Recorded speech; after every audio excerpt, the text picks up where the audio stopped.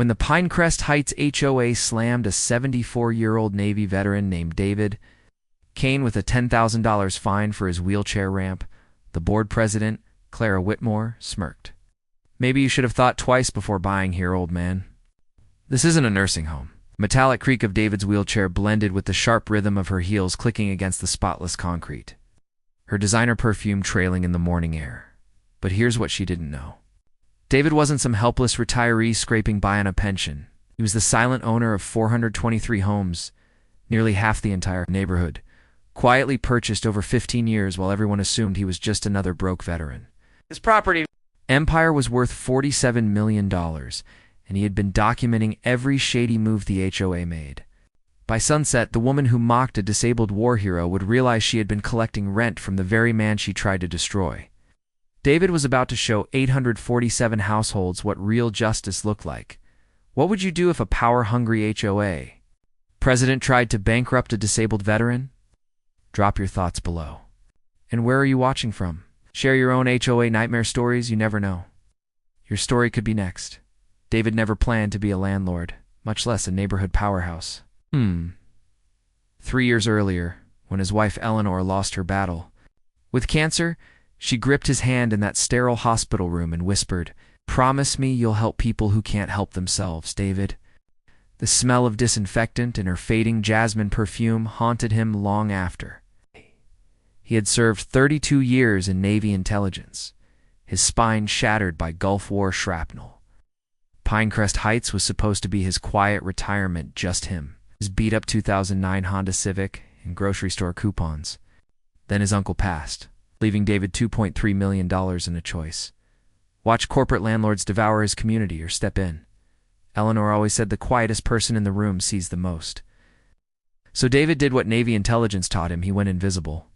Through Thornfield Properties LLC, he began quietly buying every foreclosure, estate sale, and distressed property that came up for grabs. Not to get rich, but to keep rents affordable for teachers, mechanics, and retired folks like himself. Pinecrest Heights was a sprawling 847-home community, where residents paid $340 in monthly HOA fees and lived under rulebooks thicker than military manuals. Landscaping trucks filled the air with diesel fumes every morning, while the hum of central air units drowned out birdsong. The glossy HOA newsletters looked expensive because they were funded by endless violation fees. Isabella Cruz, a sharp paralegal and longtime resident, had been quietly questioning that for months. Enter Clara Whitmore, the reigning HOA president, a polished real estate agent who treated her white BMW like a battleship, perfectly styled blonde bob, designer athleisure, more expensive than a retiree's monthly check, and married to City Councilman Derek Whitmore. Her specialty? Targeting elderly and disabled residents with petty violations while ignoring identical issues at board members' homes. Isabella once mentioned this to David at the mailbox. She explained how HOS weren't allowed to enforce rules selectively. That was illegal. Most people didn't know their rights. Clara counted on that. So when David built his wheelchair ramp, doctor ordered, city permitted, 100% legal, Clara pounced. Unauthorized structural modification, she declared, ignoring her own fence that violated setback rules. The board meeting was pure theater. 4-1 vote for a $10,000 fine, with only Isabella dissenting. "Maybe you should have thought twice before buying here, old man. This isn't a nursing home." Her words echoed across the community center as neighbors shifted uncomfortably, chairs creaking beneath the weight of their silence. David simply nodded and wheeled away. His calm was more unsettling than anger. Later that night, under the buzz of a lone kitchen light, David spread property deeds across the table and made a phone call. "Jonathan," he said quietly, his voice carrying the weight of 3 decades in Navy intelligence. "Activate Phase 1. Pull the Thornfield files. All 423 properties. Okay?" Eleanor would want justice, not just revenge. The next morning at the grocery store, Isabella whispered to him in the cereal aisle, "They're breaking their own bylaws. I've been documenting everything." The irony was, sharp she didn't know she was giving legal advice to the man who secretly owned nearly half the neighborhood, including the duplex where her son lived rent-free. From then on, Every roll of David's wheelchair down the street carried new meaning. Each pass was reconnaissance. Every family he had helped, every corporate landlord he had blocked, every deed he had signed, it was all building toward this moment when a veteran with $47 million in local real estate would show Clara Whitmore what real power looked like. Clara didn't waste time celebrating her win. Within 48 hours, she launched a property standards initiative, flooding David's mailbox with violation notices disguised as community improvements. Mailbox 2 inches 2, tall, $250. Trash bin visible after pickup, $500. Too many bird feeders, $350. The metallic groan of his overstuffed mailbox echoed each morning as neighbors hurried past with guilty eyes. But Clara wasn't done. She introduced a $500 architectural review fee for all exterior modifications, retroactive to David's ramp. Her nephew Caleb became the official inspector, photographing David's property daily like a suburban PAPARAZZO. Then came the accidents. Monday, the landscaping crew sprayed industrial weed killer on Eleanor's rose bushes, the acrid chemical stench filling the air as 32 years of gardening withered in hours. Tuesday, his cable was mysteriously cut right during a live doctor's appointment. Wednesday, his sprinkler system malfunctioned, flooding the driveway while Clara strolled by, feigning concern. These old infrastructure issues affect everyone eventually, she told neighbors with a rehearsed smile. David recognized it instantly. Psychological warfare, sleep deprivation, financial pressure, social isolation, the very tactics he studied in the Gulf. Only this time the enemy wore designer athleisure, but Clara underestimated him.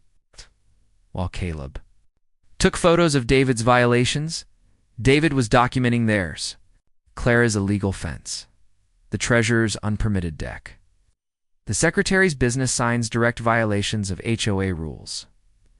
At first, Isabella thought grief had made him obsessive, then she saw his evidence. "You're building a selective enforcement case," she whispered one morning at the post office. David's reply was calm. Intelligence beats emotion every time, and she knew he was right. State law was clear, hosts couldn't target individuals while ignoring the same violations elsewhere. The penalties were brutal. Her own research uncovered something darker. The HOA's legal budget had exploded 300% in just 18 months. With huge payments to companies tied to board members' names, the twist came when Isabella's son was suddenly hit with a $2,000 fine for his basketball hoop, one that had been approved years ago. That's when she realized Clara wasn't just targeting David anymore. She was coming after anyone who stood beside him. The message was clear: support the old veteran and risk financial ruin. Isabella never imagined David's counter-move. That evening, she overheard him on the phone again with Jonathan. "Document everything. Every act of retaliation. She's expanding targets. This is perfect for the federal civil rights complaint." Isabella felt a chill rush through her. Federal? What was David planning? By the third week, his so-called violations had piled up to $18,500. That's when Clara's cruelty hit a new level. Adult Protective Services suddenly received an anonymous tip: an elderly man, declining mentally, living in unsafe conditions. The investigator arrived, but found nothing wrong. David's home was spotless, his mind sharp. The humiliation wasn't about safety. It was about making him look broken. The final violation notice arrived like theater. Clara herself delivered it, posing proudly for photos beside his mailbox, waving the foreclosure threat like a trophy. "Pay up or get out, old man. This community has standards." But David didn't look defeated. He looked satisfied. Like a chess master watching his opponent walk into a trap, folded the letter neatly, slid it into his growing evidence file, and wheeled back toward his home, softly humming an old Navy tune. That night, Isabella heard his voice again through her open window. "Yes, Jonathan.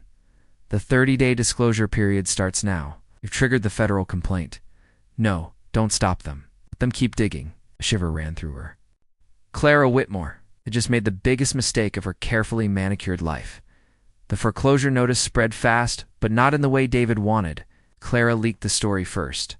Disabled veteran refuses to follow community rules. Local newspaper printed a photo of David's house. A bright red arrow pointing to his wheelchair ramp, captioned HOA holdout. David read the paper over coffee, the bitter taste matching his mood. Channel 7's morning show paraded Clara as the reasonable leader keeping order. With fake tears glistening in the studio lights, she said, "Some people think military service entitles them to special treatment, but rules protect everyone's property values." Her media victory gave her confidence to escalate further.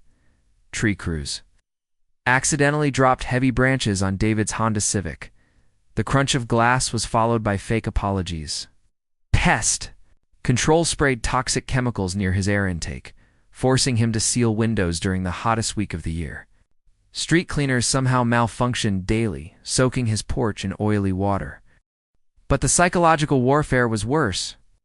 HOA security cars idled outside his home for hours, walkie-talkies buzzing in the dark. Motion sensors blasted floodlights at his windows every half hour. Large men in HOA uniforms prowled his property, daily crunching gravel under their boots as they stared through his windows. The bureaucratic assault was Clara's masterpiece. False complaints to the health department, fire marshal, building inspectors. Everyone demanded exhausting paperwork to disprove, each one chipping away like waves against stone. But Isabella dug deeper. Freedom of Information Act request revealed the truth, Derek Whitmore. Clara's husband had approved $847,000 in no-bid city contracts for companies owned by his extended family. The money trail passed through 3 shell companies, each billing for work never done. "They're not just stealing from the HOA," Isabella whispered to David in the library. Surrounded by the smell of old books, "They're stealing from everyone." David's calm response shook her. "Eleanor always told me follow the money. I've been tracing it for 18 months. Jonathan isn't just my property lawyer. He's preparing federal racketeering charges." Revelation hit Isabella like ice water. All this time, everyone saw David as a victim. In reality, he'd been running a counterintelligence operation with military precision. Every branch dropped, every chemical sprayed, every bogus find documented like enemy war crimes. Clara still pushed further. One night, after Isabella spoke at city council in David's defense, her mechanic found the lug nuts on her car loosened. "Another 5 miles, he warned, "and your wheel would have come off. It could have killed you." The campaign was no longer harassment. It was attempted murder. The breaking point came when 84-year-old Mrs. Morgan received a $5,000 fine. For her garden gnomes? Her ceramic figures had sat harmlessly for 15 years, but the HOA's pest treatment had killed her beloved jasmine plants, the ones that perfumed the entire street each spring. Isabella found her sobbing in the driveway, clutching the notice. With shaking hands, "My Social Security isn't enough," Mrs. Morgan whispered. "They'll take my house." That image broke the neighborhood's silence. 12 households gathered in Isabella's living room, trading horror stories. Tom Kowalski revealed how HOA contractors had destroyed the memorial oak planted for his fallen son. The room fell into grieving silence. That's when David revealed his plan. Tomorrow morning, Jonathan files federal civil rights charges. Every incident is evidence in a racketeering case. Conspiracy, organized fraud, deprivation of constitutional rights. We're not just fighting an HOA, we're dismantling a criminal enterprise. The room erupted. Isabella stared at David, realizing she wasn't watching a victim anymore. Was watching a decorated intelligence officer lead the most sophisticated sting operation in suburban history. That night, security headlights swept across her windows like prison searchlights. Tomorrow, even those same guards would be running from federal agents. Clara staged her victory lap with an emergency meeting to ratify David's foreclosure. Channel 7 was there, eager to crown her as a strong leader. The community center reeked of disinfectant and fear. Clara filled the front rows with loyalists, opening with slides of problem properties. David's home loomed large on the screen. She spoke with practiced authority. Community standards protect everyone's investment. But the crowd's energy shifted. Isabella rose, clutching a folder. "Mrs. Whitmore, I have concerns about selective enforcement and financial irregularities." Lara's mask slipped. For just a second, panic flickering before she regained composure. That's baseless speculation, she snapped. Isabella pressed on. According to city records, your husband approved $847,000 in no-bid contracts to your family's companies. Meanwhile, board members with identical violations were never cited. The crowd murmured like distant thunder. Clara tried to dismiss it. These conspiracy theories have no place, but then David wheeled forward. The room fell silent as he positioned himself at the podium. His wheelchair didn't make him look weak. It looked like a command post. When he spoke, decades of military authority carried his words. Mrs. Whitmore. 3 years ago, my wife asked me to help those who couldn't help themselves. I kept that promise by quietly purchasing 423 properties in this neighborhood through Thornfield Properties. That's 49.9% of Pinehurst Heights. Gasps rippled through the room. Clara's face turned pale. 49.9, she whispered, the number striking like a death sentence. David's voice remained steady. While you terrorized veterans and widows, I've been documenting everything for federal prosecutors, not for revenge. Just as the room erupted, their quiet neighbor wasn't a victim. He was the hidden owner of nearly half the community. Clara tried to flee, but her way out was blocked by a man in a Navy suit. He rose calmly, showing federal credentials. Clara Whitmore, you're under arrest for racketeering, conspiracy, civil rights violations, and domestic terrorism. The metallic snap of handcuffs echoed like a final judgment. Derek Whitmore lunged for the exit, but slammed into FBI agents who had been waiting. His arrest was far less dignified, face down on the carpet, drenched in panic sweat. Then came the revelation that stunned the room. Agent Sarah Morgan, FBI Organized Crime Division, addressed the crowd. Takane contacted us 18 months ago. His evidence has built the largest RICO case against HOA corruption in federal history. Isabella's heart pounded. Every branch, every light, every bogus fine. David had been recording it all not as a victim, but as a soldier preparing for his final mission. He had endured everything while secretly preparing a federal case, strong enough to bring down an entire criminal empire. The patient intelligence officer had just completed the longest undercover operation in suburban history. Mrs. Morgan broke down in tears of relief as agents explained that all fines were void and full restitution would be paid from seized criminal assets. Tom Kowalski rose to his feet and saluted, one veteran honoring another's sacrifice, as federal agents secured evidence and arrested conspirators. The community center filled with stunned conversations. Neighbors who once questioned David's silence now realized they had been watching a master. Strategists dismantled domestic terrorists with precision. How long have you been planning this? Isabella asked, her voice trembling amid the chaos. David's answer carried the weight of 3 years of patient suffering. Since Eleanor's funeral, he said quietly. Silent people notice everything, and I saw a cancer that needed cutting out. Sometimes you let criminals believe they're winning until they cross the line into federal crimes that carry life sentences. Justice, he added, is always sweeter than revenge. Eleanor used to say that. Dawn broke over Pinehurst Heights to the rumble of federal vehicles. The metallic slam of car doors echoed through streets usually filled only with garbage trucks and school buses. Black SUVs lined curbs, while the scent of fresh coffee from a mobile FBI command unit mixed with diesel exhaust and the nervous sweat of residents whispering behind trembling hands. Agent Sarah Morgan emerged from the HOA office carrying heavy banker's boxes stuffed with evidence. Her grim expression told the story before she even spoke to the waiting press. What we've uncovered is systematic community terrorism disguised as neighborhood governance. But the revelation that froze residents in horror was the discovery of the Whitmore extraction. Database, digital file ranking every household by vulnerability and profit potential. The sound of papers rustling filled the morning air as Agent Morgan read entries aloud. Each name landed like a physical blow.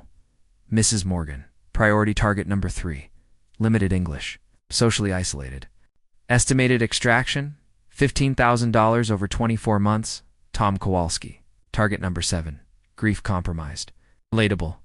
Maximum pressure through memorial desecration. Isabella Cruz. Target number 12. Paralegal knowledge makes dangerous if organized. Neutralized through family threats. Then came David's file, and the crowd fell silent, except for the of federal generators. Priority target number 1. Disabled veteran. Recently widowed. Potentially wealthy. Isolated. Systematic harassment approved for over $50,000. Use medical equipment as psychological leverage. Subject unlikely to resist due to age and disability. The cold calculations behind 3 years of torture hit like ice water. This wasn't HOA overreach. It was organized crime. Predators had studied every weakness, selecting victims as prey. Isabella's knees buckled as the truth sank in. Every harassment, every fine, every accident had been planned with military precision. Federal forensic accountants then revealed the scale of corruption. 12 shell companies across 4 states. Fake landscaping. Contracts worth $847,000. Phantom. Legal bills totaling $340,000. City connections funneling another. $1.7 million in taxpayer money into family-owned businesses. The evidence was overwhelming. Thousands of incriminating emails, phone calls, harassment blueprints, and psychological profiles. The Whitmores had documented their own crimes with arrogant thoroughness, creating an ironclad federal case. But the community impact report was the most devastating of all. Federal psychologists interviewed more than 200 residents, documenting widespread PTSD, anxiety, depression, social withdrawal.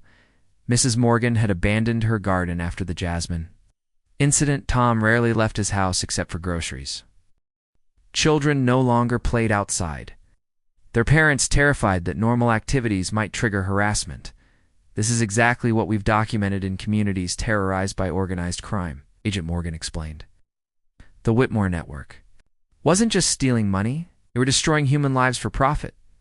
Neighbors had lived in constant fear-jumping at doorbells, checking mail with shaking hands, avoiding eye contact in case a neighbor was an informant. Then came the revelation that justified David's suffering. Mr. Kane's intelligence gathering prevented this network from spreading to 14 other communities. Agent Morgan announced, her voice heavy with respect. His sacrifice saved thousands of families from systematic terror. By the time $4.7 million in assets had been frozen, every luxury car, every vacation home, every investment account was gone. The Whitmores would leave prison with nothing but uniforms and lifelong supervision. And then the truth about David's property purchases came out.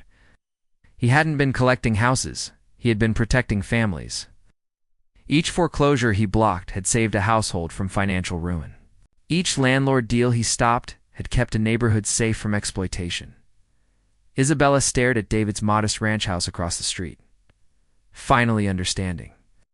For 3 years, every humiliation, every fine, every day of suffering had been part of the most sophisticated counterintelligence operation in suburban history. The quiet veteran hadn't just survived organized crime. He had destroyed it with patience, precision, and the kind of strategic thinking that had once protected national security. By noon, David's small living room had transformed into a federal command center. Bankers' boxers lined the walls. 3 laptops hummed on the dining table. Timeline of criminal activity stretched across an entire wall like a military briefing board. The air buzzed with determination. Jonathan Wellington spread federal asset seizure documents, explaining how every stolen dollar and fraudulent contract would be recovered. Isabella Cruz, hands trembling, reviewed victim impact statements with the discipline her legal training demanded. Agent Morgan coordinated with prosecutors over secure video, confirming life sentences were likely for the primary defendants. Frank Mueller, retired IRS investigator, added another layer by uncovering $2.3 million in unreported income, ensuring even harsher sentences. The difference was clear. These documents carried real authority far heavier than any bogus HOA violation notice. Meanwhile, Isabella's daughter Jennifer, a cybersecurity expert, installed encrypted tablets for neighborhood representatives. Every transaction, Every complaint, every board decision will now be transparent and logged, she explained. No more secrets, no more hidden agendas. Finally, Dr. Maria Santos, a trauma counselor, joined to help rebuild trust. Systematic intimidation leaves deep wounds, she explained. But recovery is possible with transparency, safety, and community healing. David's military precision was evident in every step of the restoration plan. Governance would operate under strict federal oversight. With monthly audits and full financial transparency, justice had come at last. But not just justice, renewal. Community meetings were now recorded and live-streamed, guaranteeing complete transparency. Victim Support Fund finance through seized. Criminal assets offered counseling and property repair to anyone who had suffered under the Whitmore regime. But the most powerful change wasn't financial, it was educational. Professor Elizabeth Warren, not the senator, but a constitutional law expert from UT who happened to share her name, volunteered to lead workshops on community legal rights. People need to understand that federal protections exist against this kind of systematic harassment, she explained during a video call. Behind her, shelves of worn law books filled a cluttered office that smelled faintly of aged leather and strong coffee. The hum of federal helicopters circling above reminded everyone that this wasn't neighborhood drama anymore. It was a national security case with Washington's full attention. Congressional staffers had been calling Jonathan's office all morning, asking about possible federal legislation to stop similar criminal networks from forming elsewhere. The irony wasn't lost on anyone. David's quiet, steady strategy hadn't just saved Pinehurst. Heightsit had created a blueprint that could protect communities nationwide. Federal task forces were already investigating suspicious HOA activity in a dozen other states, using the Whitmore case as their guide. As the afternoon sun stretched shadows across his living room, David surveyed the controlled chaos of justice. In motion, above the mantel, Eleanor's photograph smiled down at him, framed by his Navy commendations and community service awards. For the first time, they all felt connected. She would have loved knowing their quiet suburb had become the center of the most important community rights case in federal history. As the planning session wrapped, Jonathan made a promise. Tomorrow night we unveil the full restoration plan: federal oversight, transparent governance, victim compensation, and a democratic model that other neighborhoods can follow. David breathed deeply. The feeling of victory, he realized, was far sweeter than revenge could ever be. Through patience and discipline, the quiet veteran had not only survived organized harassment, he had turned it into a movement for healing and reform. The criminals who thought they were breaking him had instead created the foundation to protect communities across America. But federal custody couldn't contain Vivian Whitmore's desperation. From inside her detention cell, she launched one last campaign of terror, using criminal contacts investigators hadn't uncovered. The clang of heavy steel doors echoed as she whispered into a contraband phone smuggled in by a compromised guard. Her manicured nails were now chipped and dirty from processing. But her fury burned hotter than ever. "I don't care what it costs," she hissed. "Destroy everything. Make them regret crossing us." By Tuesday morning, the violence escalated. Isabella Cruz woke to the choking stench of gasoline and burning plastic. Someone had firebombed her Honda Civic in the driveway, the blast shattering windows 3 houses away. Federal agents rushed in within minutes, but the warning was clear: testify against the Whitmores. The consequences would be devastating. The twisted wreck of her car smoldered as fire foam mixed with dew, leaving behind the acrid stink of petroleum and fear. That same night, Frank Mueller faced a home invasion attempt at 3 a.m. 3 men with crowbars tried to force their way in. While he hid in his bedroom, whispering frantically into the phone with 911, the scrape of metal on wood mixed with his terrified breathing. Only his neighbor's motion lights and barking German Shepherd stopped what investigators later confirmed was a planned assault to destroy IRS evidence and silence a key witness. But the most brazen attack came against David himself. Snipers. Bullet ripped through his kitchen window during his morning coffee, striking the wall exactly where his head had been seconds earlier. The sharp crack of the shot mixed with shattering glass as David dropped low from his wheelchair. Instincts honed from decades of military service overriding panic, the federal response was immediate and overwhelming. Within 15 minutes, FBI tactical teams flooded the neighborhood, their black gear and rifles transforming suburban streets into a war zone. Helicopter rotors thundered overhead as agents secured a 3-block perimeter in the largest domestic terrorism investigation the region had ever seen. Agent Morgan's voice was sharp and commanding. As she addressed reporters, the Whitmore criminal network has escalated to attempted murder of federal witnesses. These are acts of domestic terrorism and will be prosecuted to the fullest extent of federal law, including charges that carry life sentences. If fear rippled through the community. You could feel it in the silence of locked houses, in the hesitation of parents who kept their children home from school. Residents checked under cars before turning the ignition, and federal bomb squads searched mailboxes, sheds, and vehicles for traps. But Vivon's network had underestimated David's foresight. Months earlier, he had installed hidden security cameras that captured license plates, faces, even audio of the criminals' coordination. His intelligence background had taught him to prepare for escalation, and now prosecutors had airtight evidence to bury the Whitmores under terrorism charges. The threats grew crueler. One afternoon, Mrs. Morgan's granddaughter was followed home from school by men in a black sedan.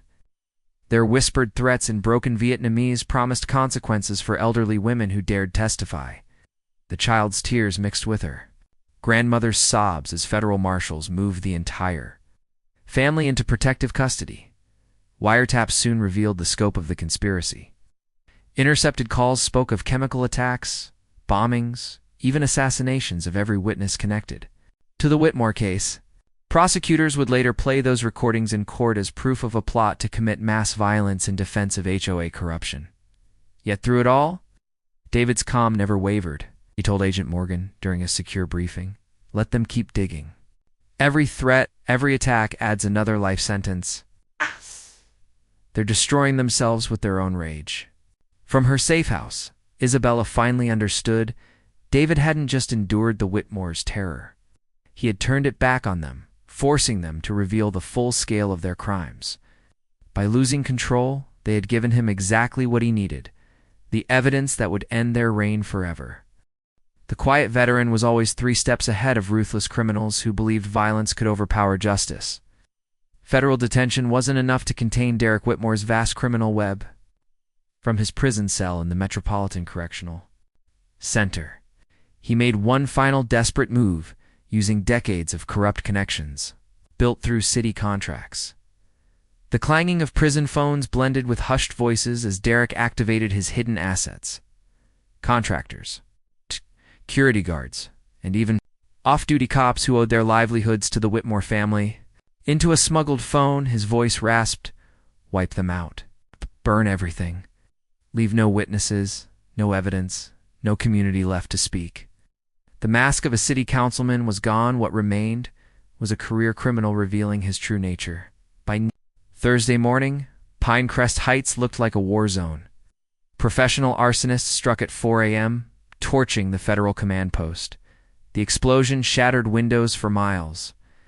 6 months of investigation, evidence boxes, electronics, files erupted in flames that turned the sky a fiery orange. Toxic smoke forced evacuations as hazmat teams scrambled to contain the fallout. The federal response was immediate and fierce. FBI Director Patricia Morrison personally flew in, declaring Pinecrest Heights a federal crime scene under military protection. Helicopters thundered overhead as agents in tactical gear sealed off the community. Quiet suburban streets now looked like occupied territory.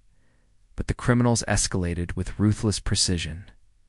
Mrs. Morgan's home was hit at dawn with explosives so powerful they shattered windows 4 blocks away. Only her evacuation the night before spared her life. Others weren't as fortunate. Tom Kowalski, a Vietnam veteran, started his truck for a grocery run, lonely for a hidden bomb to ignite beneath him. Metal twisted, glass shattered, and flames consumed his body as medics fought to save him. A soldier who had survived war overseas was nearly killed in his own driveway by domestic terrorists. Meanwhile, Isabella Cruz's safe house was ambushed by trained killers. They cut power to the block before launching an execution attempt. Gunfight with federal marshals raged for 14 minutes. Automatic fire echoed through the neighborhood as terrified families hid in bathtubs, whispering last goodbyes. Later, investigators revealed the mercenaries had once protected international drug cartels. Men with military skill and no conscience. Then came the boldest attempt. David himself was targeted. At 3 a.m., chemical weapons were pumped through. His home's ventilation system, sarin gas powerful enough to wipe out 3 city blocks, was released. But federal-installed sensors detected it in time. Sirens wailed as hazmat teams rolled in. Director Morrison later called it an act of terrorism on par with foreign enemy attacks. Fear gripped the community. Children sketched helicopters and explosions instead of flowers. Seniors collapsed from stress. Entire families refused to sleep indoors. Pinecrest Heights had become a battlefield, but the criminals had underestimated David. While they escalated violence, he had already mobilized his old Navy intelligence contacts. Military satellites tracked their movements, intercepts monitored every call, and financial surveillance traced every dollar. The same tools once used against foreign terrorists were now aimed at dismantling a suburban crime empire. Grand juries in 3 states issued sealed indictments. 47 conspirators, corrupt cops, contractors, city officials, mercenaries, all charged. RICO violations, terrorism, mass murder plots. For the first time, American justice was turning its full arsenal against a network that had mistaken a decorated veteran for a victim. Agent Morgan's final briefing was chilling. These acts rival foreign terrorism. The government will seek death penalty charges for conspiring to commit mass murder to hide financial crimes. Had worked. The more the criminals escalated, the more evidence piled against them. He had endured terror. It turned it into the very weapon that would end their reign. The trial became the most high-profile domestic terrorism case in U.S. history. The federal courthouse in Houston was transformed into a fortress. Military barriers. Helicopters circling overhead, thousands of spectators lined the streets. News cameras broadcast live to tens of millions. David arrived in a 4-block armored motorcade. A humble Navy veteran in dress blues, rolling in a wheelchair, flanked by the full might of federal law enforcement, a symbol of resilience, escorted by a nation's power to deliver justice. Inside, the courtroom buzzed with tension. Judge Patricia Morrison presided, her presence embodying constitutional law against organized crime. U.S. Attorney General Merrick Garland himself led the prosecution. His words carried fire. These defendants didn't just steal money from a homeowners association. They declared war on American communities. They tried to murder children, veterans, and families for profit. The evidence was overwhelming. Wall-sized displays mapped a web of conspirators. 47 defendants, murder plots, bombing attempts, assassination orders. Each face linked to crimes that shocked the conscience. But the moment that froze the room came when the jury heard Derek Whitmore's voice. On tape, from prison, his words were cold. Kill everyone in a 3-block radius if needed. Don't care how many children. Die. Leave nothing standing. The jury recoiled. Prosecutors revealed the chemical attack could have killed 800 people, including dozens of children, all to cover up HOA fraud. Finally, David took the stand. The room fell silent. His voice was steady, carrying decades of service. When Eleanor died, she made me promise to help people who couldn't help themselves. I've kept that promise by enduring 3 years of threats while gathering the evidence to protect American communities. His testimony laid bare the sacrifice every attack, every humiliation, every sleepless night documented to ensure justice. The quiet veteran hadn't just survived domestic terrorism, it transformed it into the evidence that would destroy his enemies forever. Federal investigators had equipped him with advanced surveillance gear that captured 18 months of criminal activity, recorded in court-ready quality. The defendants believed they were breaking down a disabled veteran. David knew better. His words carried the weight of unshakable moral authority as he revealed the truth. While they thought they were targeting one man, they were actually building the strongest domestic terrorism case in American history. The shocking property records that once stunned Pinehurst Heights took on an even deeper meaning in federal court. David hadn't been buying homes for personal gain. He'd been cutting off the criminal network's access to vulnerable families, while quietly collecting intelligence on their expansion plans across multiple states. Then came the moment replayed for decades in news broadcasts. During cross-examination, defense attorney Richard Steinberg accused David of entrapment and manipulating federal law enforcement. The courtroom fell silent as David, calm and steady, spoke with the conviction of someone who had spent 30 years defending American communities from threats far greater than this. "Counselor," he said, "I didn't entrap your clients into committing acts of terror. I simply refused to be intimidated by criminals who assumed a veteran in a wheelchair would be easy prey. Your clients chose to escalate harassment into attempted murder, property damage into bombing campaigns, and fraud into chemical weapons. Plots. Those choices were theirs, not mine." He let the silence hang, the federal evidence weighing down the air like a shroud. "I served this nation for 3 decades, protecting communities from enemies who believed fear gave them power. The only difference between foreign terrorists and domestic ones is the uniform they wear while threatening American lives."